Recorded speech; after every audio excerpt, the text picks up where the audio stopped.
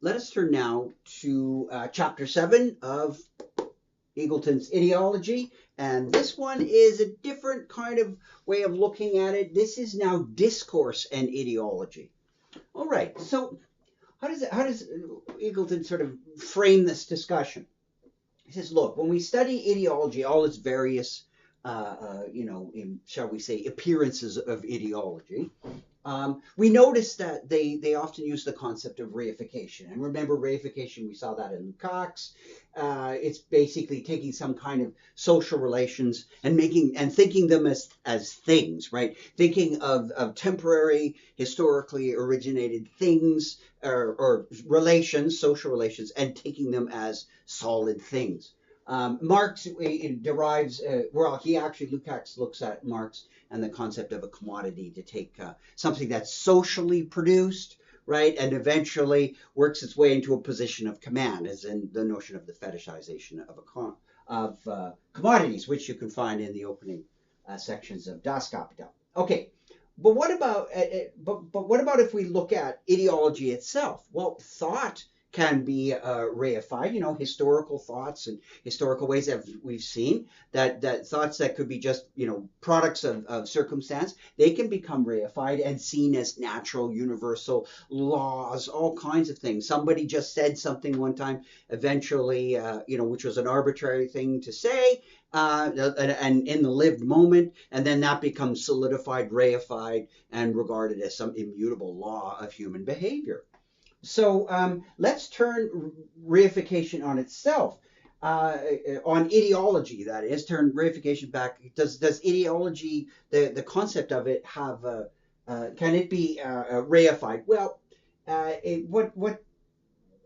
what Eagleton seems to be after here is that we sometimes think of providing a definition. I think this is one of the easy ways to get at what Eagleton is talking about, is that we can think of that there's some sort of essence that underlies all notions of ideology, and that there's this essence is some atemporal thing, like a meaning, a platonic meaning, or something that's just out there, something that makes what ideology is, an essence or some fundamental characteristic that could be just socially produced or whatever, but we've come to think of it as some kind of essence.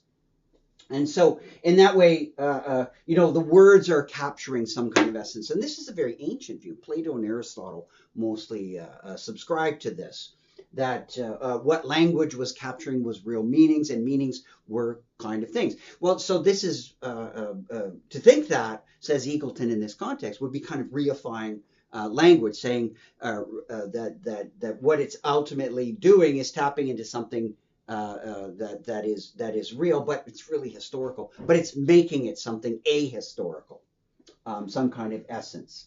But he wants to bring in Wittgenstein for a little bit of help here, because Eagleton says that we have kind of a problem here with words being reified. You get essences. With Lukács and some of the other thinkers that we've been looking at, the words ultimately are reified into social practices, and those then ultimately are seen as given. So we're in the land of taking things that our words are standing for and saying that these are eternal kinds of objects or whatever. So the whole process of reification is really kind of solidifying and making things that are temporal into atemporal, right? Now, this getting away from this, right? Taking the temporal and making it atemporal. He brings in Wittgenstein. So there's a brief little thing on Wittgenstein. And Ludwig Wittgenstein, one of the great thinkers of the 20th century, in his second part of his philosophy, his first was mostly concerned with logic and a certain view of language. We'll just put that to the side. His second major contribution to philosophy was a different view of language, and a couple of the ideas that he had, Eagleton brings in. First is Wittgenstein's famous declaration that meaning, forget all this stuff, this Platonic stuff. He thinks that's gone down the wrong path. Meaning, what is it? It's really just use, right? Now, we're going to be careful, because Wittgenstein, if you go back and read where he really where he first uses this, right? Where he first says meaning is used. He doesn't say meaning is always used and nothing but. He just says for the most part, meaning really is used. Really, and you can think of it also as if you understand, you can think of it from this angle. If you really understand the meaning of a term, you're able to use it, and you use it according to which all the other speakers agree. Because often when we say, when someone is using a term incorrectly, we say you don't really understand that term, and we're not thinking about whether or not it hooks onto an eternal essence. It's like you're not using it right, you know. And so when we say you don't understand that term, we're really saying you're using it wrong, and we're really saying that we as a community of speakers don't recognize the way you're using that term. So you've got it wrong. So the meaning of the term is something that's bound up heavily with use. Again, Wittgenstein says for the most part, but not all, because he doesn't think everything is a matter of use. But it's important to bring that into this discussion because it's going to enable Eagleton to get a different angle on ideology off the ground. The other one is the notion of a family resemblance. So if we think of a word like beauty, Socrates would say, we call the sky is beautiful. This mathematical equation or a proof could be beautiful. That structure, that building, that architecture is beautiful. Oh, isn't that music beautiful? Isn't this person, a really beautiful person? Isn't this person beautiful? Wow, we use the term beautiful to cover everything from people to, oh, my puppy is beautiful, right? To music. It's beautiful that there's only a couple of days left in the session. Wow, we use it in a lot of talking about very concrete things like puppies and statues to more abstract things like mathematics and maybe a beautiful novel, more abstract, a piece of music, or even something like, it's nice, it's beautiful that there's only so much time left. Wow, we use it in all different ways. Is there an invariant meaning? Plato, in using Socrates, yes, went after that. Wittgenstein says, nah, think of it more like this, of a family resemblance. Beauty is a family resemblance term. What does he mean by that? Well, let's go to the literal example, family resemblance. And I just drew out, there's a bunch of people that are members of a family. And try this the next time you ever go to someone, not your own family, but you got to do it on someone else's family, to pick out the family traits. But you'll notice something interesting for the most part, that there's never a single property that unites a whole family. So here's a bunch of people from the family. Now, I know you might say, well, they all have two legs, but work with me. Basically, all the people here are linked in the family. Maybe they have Uncle Ned's nose or something. Okay, so there's the nose here that links these. But notice over here, this person doesn't have Uncle Ned's nose, but has Aunt Petunia's ears or something.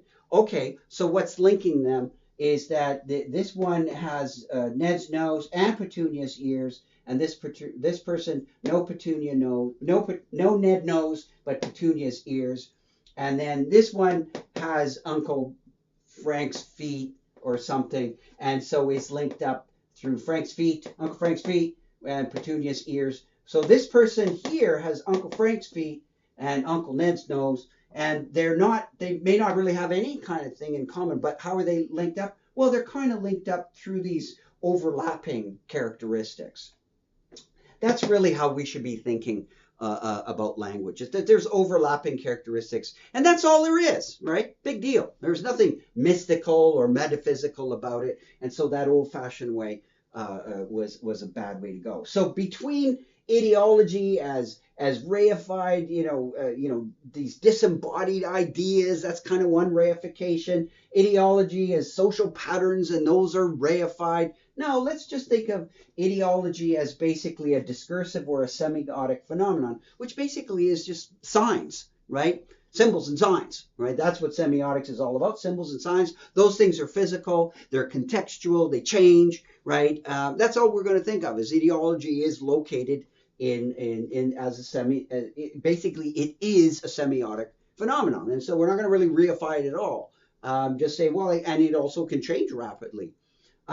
So what does that mean to say something is kind of a discursive phenomenon? Well, if you're really studying ideology as part of sort of the language, right? That's what we use. Those are the symbols we use, or language symbols. Think about a notion of the silencing effect. I'm picking up on Eagleton's example of the bourgeois silencing. If you were to study that as a discursive semiotic phenomenon, you'd study the language of silencing in bourgeois circles, right? And there might be a variety of them. And also they would be in different places at different times, but you would be studying how the language produces it. In other words, what kinds of concepts are in use, what kinds of concepts shouldn't be, and what kinds of concepts should never be used. And those can change according to time. So for instance, there's acceptable ways to talk in this particular circumstance, but we all know that that particular way of talking is not acceptable in another circumstance. So the silencing effect would work one way here and it would work another way over here. And you have to learn that, right? And if you find, and again, today lots of people don't know, we say read the room. It's basically reading the signs, reading the particular way that the discursive phenomenon works. If you find yourself getting into trouble all the time with particular speakers or whatever, there's a good chance you don't know how the discourse rules work, right? So this ideology then is basically in the language of signs. It's not in all these practices. It's not reified. It's really in the language of sign. And studying ideologies really is studying discursive practices. And those are all to do with signs and, in other words, with language. Okay, so that approach then is that really studying ideologies is studying discursive practices, signs, and how they work. He points out to a couple of people that stand at the tradition. This is a Soviet thinker of several years ago, a French thinker. Voloshinov basically said, no signs, no ideology. That's where it all is. It's all in the land of signs and semiotic and the production of meaning through these signs. That's what it's all about. And they are sort of the originators of what's called discourse analysis. So that's where you want to study ideology, is where it's located. It's located basically in language. And remember, language and the production of meaning symbols is really big. Again, this is where consciousness is produced. This is where all meaning's produced. It's in language. We're basically you shouldn't think of language as just something you have in your head, and consciousness isn't something you just have in your head. It's basically something that surrounds us, this production of selves, and everything is constituted in language. And if you really want to understand how ideology works, you have to understand language works. Now, not in an abstract way, like logicians, if you're studying, predicate calculus or things like that and try and translate sentences from ordinary language into that. It's not like that kind of study of language. Rather, again, as with this notion of the silencing effect, it's very contextual, right? So the ideological rules are embedded in the way that these rules would work in the language, and not an abstract grammatical analysis of language, but very contextual. Who's speaking, who gets to say what, who shouldn't say, all these kinds of things. These are very context-driven investigations into discursive practices. And then, of course, and under the notion of discourse analysis, you've got another kind of a tradition flowing out of it, and Eagleton is looking at a variety of people. And some of them say, well, and it's not surprising that people are going to take different sort of approaches as to if language is sort of the source and the embedding, all ideology is embedded in it, people are going to make judgments about it. And so he looks at those that think that ideological notions are primarily those kinds of discursive rules that lead to closure, right? And so that's what ideology is about. And we've kind of seen that, where ideology kind of closes off different perspectives. So he looks at this closure view, has some criticisms of it, and then we'll look at another few thinkers in this discursive analysis tradition. Okay, that's about it for now. I'm going to pick up on some more aspects of discourse analysis in the next video. See you then.